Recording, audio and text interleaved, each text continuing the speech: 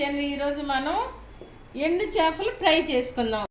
కావాల్సిన పదార్థాలు: ఎండు చేపలు క్లీన్ చేసుకుని పెట్టుకోవాలి, పెద్దలపై పచ్చిమిరకాయలు పేస్ట్, ఆయిల్,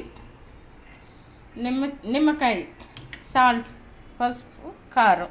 ఇప్పుడు స్టవ్ వెలిగించుకోవాలి, ఆయిల్ వేసుకోవాలి.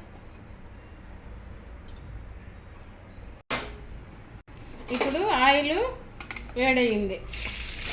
పెద్దలపై పేస్ట్, పచ్చిమిరకాయ పెద్దలపై పేస్ట్ వేసుకోవాలి.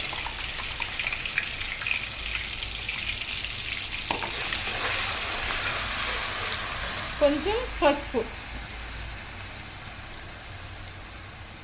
ఇప్పుడు పచ్చిమిరకాయ ఉల్లిపాయ పేస్ట్ ఇలా వేయించుకోవాలి. వేసుకున్న తర్వాత ముక్కలు వేసుకోవాలి. ముక్కలు వేసుకుని వేసుకోవాలి. ఇప్పుడు సాల్ట్ కొంచెం వేసుకోవాలి.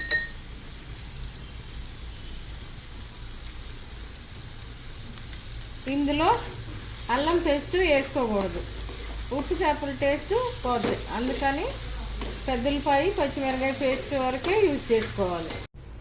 ఇలా ఎర్రగా వేయించుకోవాలి. ముక్కలు వేపుకున్నాక కారం వేసుకోవాలి.